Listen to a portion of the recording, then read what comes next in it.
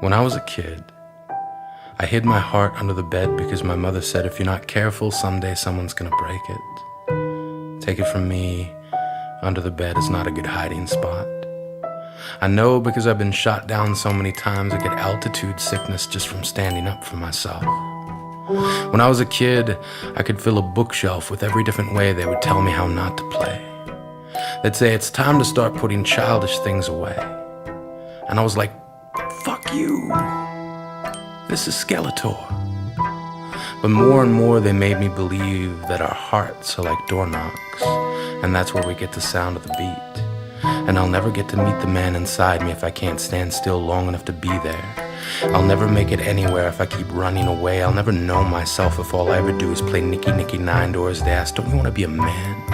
And when I was a kid, I wanted to be a man. I wanted a registered retirement savings plan that would keep me in candy long enough to make old age sweet. I wanted 2 left feet so I could dance circles around important issues until way past my bedtime. I'm not saying I don't have opinions, just that others were less likely to argue if they were as tired as I was. Fatigue does to men what a goodnight kiss does to kids. It puts weights on our eyelids and returns us to a place where reason and imagination lace together shoes whose tongues stick out at stillness and beckon us to move forward. As a kid, I was always drawn toward moonlight, despite an armada of adults who insisted I must set my days according to sunlight. I would lay in bed and fight sleep, believing if I shut my eyes even for an instant, I would miss out on something amazing. Turns out I was right. I have seen stars stamped into the night like cookie-cutter designs, drew lines in between each one, inventing new constellations so that when somebody asked me, what's your sign? I could point to mine, the one hanging over the first door past the finish line, and say it's right there. The one marked exit. Because one day all this getting ahead bullshit will be over and people will start looking for me and I'll be there. I'll wear my best flashing red and you will stand winner circle thoroughbred. I will unthread the screws that were put you throughout this life, then smile and say, you made it. When I was a kid, I traded in homework assignments for friendship, then gave each friend a late slip for never showing up on time, and in most cases, not at all. I gave myself a hall pass to get through each broken promise. And I remember this plan, born out of frustration from a kid who kept calling me Yogi, then pointed to my tummy and said, too many picnic baskets. Turns out it's not that hard to trick someone. And one day before class I said, yeah, you can copy my homework. And I gave him all the wrong answers that I'd written down the night before. He got his paper back expecting a near perfect score and couldn't believe it when he looked across the room at me and held up a 0.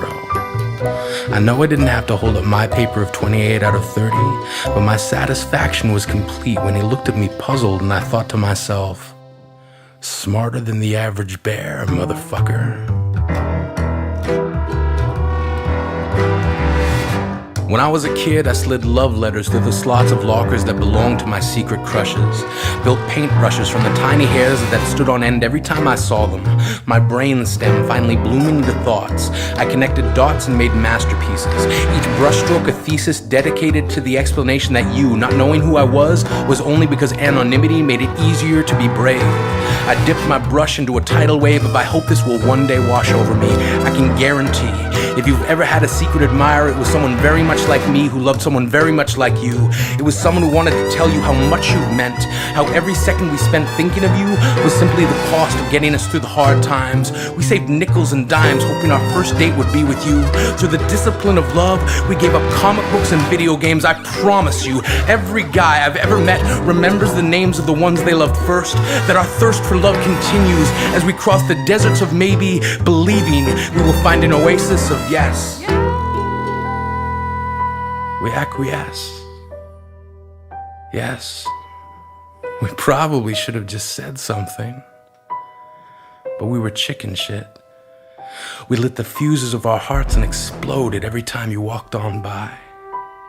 When I was a kid, I did stupid shit. Ripped the women's underwear section out of the Sears Christmas wish catalog and blamed it on my granddad. He did end up covering for me and had only this to say, You're only 12, so I'm impressed. But take it from experience, don't hide that under your mattress. So I didn't. I hid it in the empty box of a board game that I never used to play. And on the day when my grandmother eventually found it, she reamed him out for hiding pornography in her grandson's bedroom. The impending doom of the truth set upon me like a dying sun, sending its last ray of light over the horizon and aimed directly at me. He didn't say a word. Incurred the full wrath and laughed with me later, saying, "It's like your heart. It doesn't matter where you hide it. Lovers are like little kids lifting up a rock looking for an insect. They will find that shit." When I was a kid, I trusted myself enough to know that one day I'd be a man.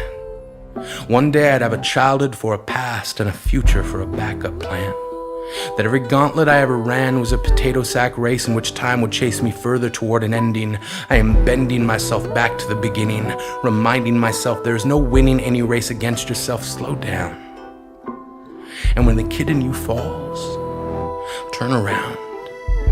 Pick them up, dust them off, then continue. Trust me, you are gonna need that kid. You are gonna need someone to remind you that every weed is a flower, just trying to make shit work. That every jerk you ever encounter is just another someone who somehow forgot it's okay to need a hug. It's okay to be afraid. When I was a kid, I played hopscotch with the lines they drew in the sand, landed on the conclusion that secondhand clothes at least have the benefit of experience, and I've got a 137th hand heart, broken apart and stitched back together at the seams. I've cartwheeled across balance beams made from the broken finger bones of people who could not let go of this life. I still love the night. I love the fact that if you squint your eyes just right, stars look like porcupines of light, stumbling across the dark, dipping their quills into the night, trying to write apologies for all of the unanswered wishes from the times we once wished upon them. And sometimes I still wish. And most times I wish I didn't have to. I wish I didn't have to wish. So I guess what I'm saying is that I hope I never forget that kid who grew up inside me. He just seemed to laugh a little bit louder, smiled just a little bit longer, loved a whole lot stronger, world's first official awesome monger, taking awesome from door to door. Take as much as you need, don't worry about me, I got more. I got a candy store filled with whatever it's gonna take to make tomorrow sweet. I got 2 left feet and no bedtime. I'm still not brave enough to have an orgy, but I rock the slumber party, come nap with me. First one to fall asleep loses. First one to fall asleep wins. The race stops at the start and the finish line is where it begins, so this time first one to lose wins.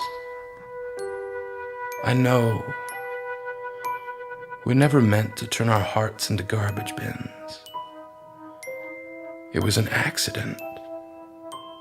I know the headlines about us giving up were a misprint and really just bad reporting. I know we've been boarding up all the windows from the outside in. We've been doing it ever since they told us to start letting things go. And I know we got into the habit of throwing everything away. But your heart is a door knock, and every time it beats, it's just that kid's way of asking, "Can you please come out and play?"